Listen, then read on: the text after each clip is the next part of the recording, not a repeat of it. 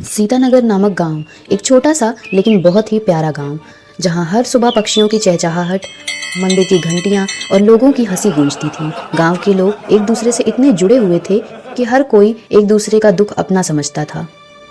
पर कहते हैं ना, जो दिखता है वो हमेशा सच नहीं होता। इस गांव के मुखिया थे रघुनंदन प्रसाद, जिन्हें सब प्यार से मुखिया जी कहते थे। हर सुबह उनके आंगन से भजन की आवाज आती।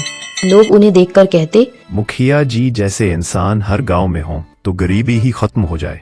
मुखिया जी मुस्कुराते हुए हाथ जोड़ लेते। अरे भैया, ये सब प्रभु की कृपा है, मैं तो बस उनका सेवक हूँ। गांव में किसी को कोई तकलीफ होती तो सबसे पहले मुखिया जी ही पहुंचते। कभी किसी की बेटी की शादी में मदद, तो कभी किसी की फसल के लिए बीज। वो सबकी मदद करते बिना किसी उम्मीद के। अब आते हैं गांव के एक और किरदार पर, देवेश। देवेश एक नौजवान जो कुछ साल पहले ही शहर से गांव लौटा था। वो पहले किसी होटल में रसोइया था और अब उसने गांव में एक ठेला लगाया था। हर दिन सुबह सुबह वो अपनी छोटी सी झोपड़ी से निकलता, ठेला लेकर चौपाल तक आता और लग जाता काम पर। धीरे धीरे उसका ठेला गांव का सबसे चर्चित ठिकाना बन गया। लोग कहते, देवेश की बिरयानी में कुछ तो खास है, शायद उसके हाथों का नहीं, उसके इरादों का स्वाद है। एक दिन सुबह सुबह कमलेश नाम का उसका दोस्त आता है। भाई ये बता, तू इतनी सस्ती बिरयानी बेचकर कमाता क्या है? कमाई हर बार पैसों में नहीं होती, कभी सुकून में भी होती है। वाह, अब तू फिलोसोफर भी बन गया क्या?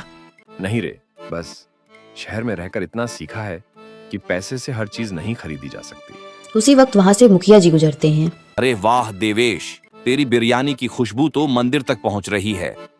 धन्यवाद मुखिया जी, आप जैसे लोग इस गांव की शान हैं। मुखिया जी मुस्कुराते हुए आगे बढ़ जाते हैं। कुछ हफ्ते बाद की बात है। देवेश रोज की तरह अपने ठेले से घर लौट रहा था। रास्ते में उसने देखा कि खेतों में से एक खेत की फसल बिल्कुल नहीं काटी गई थी। अरे बाकी सारे खेतों की कटाई हो चुकी, पर ये खेत तो ऐसे ही खड़ा है। वो पास जाकर देखता है, खेत के बोर्ड पर लिखा था, स्वामित्व मुखिया रघुनंदन प्रसाद। पास से गुजर रहे बुजुर्ग किसान हरि नारायण से उसने पूछा, बाबा, ये खेत हर बार यूं ही क्यों छोड़ देते हैं?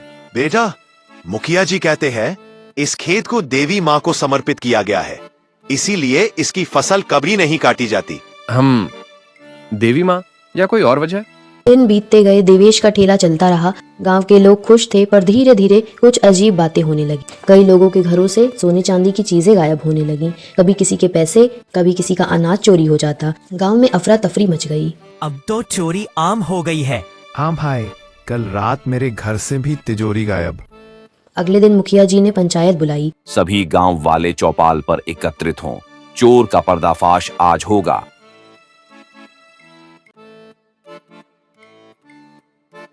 गांव वाले इकट्ठा हुए। भाइयों, हमारी नजर में वो व्यक्ति आ चुका है जिसने गांव की शांति को भंग किया। वो है देवेश। सन्नाटा छा गया। क्या? मैं? हाँ, तुम सस्ती बिरयानी बेचते हो ताकि लोगों का भरोसा जीत सको और रात में चोरी करने निकल पड़ो। हाँ, सही कहा मुखिया जी ने। इसकी बिरयानी में भी शायद कुछ गड़बड़ होगी। देवेश ने समझाने की कोशिश की, नहीं, मैं ऐसा नहीं कर सकता। मैं किसी का भी नुकसान नहीं चाहता। लेकिन किसी ने उसकी नहीं सुनी। पुलिस आई और देवेश को गिरफ्तार कर लिया गया। उस रात पूरा गांव उसकी चर्चा में था। देखा, कितनी मीठी बातों वाला निकला चोर। मुखिया जी ने फिर से गांव को बचा लिया। दिन बीते, देवेश का ठेला बंद, झोपड़ी खाली और लोगों की जिंदगियों में फिर वही पुराने दामों वाली बिरयानी, जो अब लालच और स्वार्थ से बनी थी। गांव में अब ठेला चलाता था विक्रम, जो पहले देवेश का सबसे बड़ा प्रतियोगी था। अब देखो, गांव में सिर्फ मेरी बिरयानी चलेगी, कीमत होगी डबल, पर टेस्ट वही। लेकिन लोगों के चेहरे पर वो खुशी नहीं थी जो पहले होती थी। अब स्वाद था, लेकिन सुकून गायब था। कुछ हफ्ते बाद गांव के चौक पर अचानक पुलिस की गाड़ियां आ गईं। दरवाजे खुले और बाहर उतरा देवेश, पुलिस की यूनिफॉर्म में। सभी लोग एक साथ। देवेश, हाँ, लेकिन अब सिर्फ बिरयानी वाला नहीं, सीनियर ऑफिसर देवेश चौहान। मुखिया जी के चेहरे का रंग उड़ गया। ये क्या मजाक है? मजाक नहीं मुखिया जी, सच का सामना कीजिए। पुलिस उनके खेत की ओर बढ़ी। तुम सबको याद है ना वो खेत जिसकी फसल हर साल नहीं काटी जाती थी? दरअसल उस खेत के नीचे काला धन दबा था। सोना, नकद और चोरी की सारी चीजें वहीं दबी थीं। देवी माँ की जमीन? नहीं बाबा, ये भक्ति के नाम पर किया गया धोखा था। इसने खुदाई की और सच सामने था। कई संदूक सोने चांदी से भरे मिले। तूने मुझे बर्बाद कर दिया। नहीं मुखिया जी, आपके कर्मों ने। पुलिस ने मुखिया जी को हथकड़ी लगाई। भीड़ चुप थी। हर किसी को पछतावा था कि उन्होंने बिना सोचे एक निर्दोष पर शक किया। भाई, तू सच में जासूस था?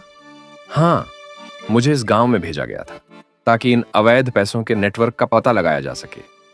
मैंने ठेला इसलिए लगाया ताकि लोगों के बीच रहकर सच्चाई जान सकूं। और हम तो सोचते थे तू सस्ता खाना बेचता है, मूर्खता से। नहीं, मैं लोगों का भरोसा खरीद रहा था, जो किसी भी खजाने से बड़ा होता है। बेटा, तूने हमारे गांव की इज्जत बचा ली। बस बाबा, यही मेरा फर्ज था। उस शाम जब सूरज ढल रहा था, देवेश ने अपना पुराना ठेला फिर से खोला। क्या अब फिर बिरयानी चलेगी?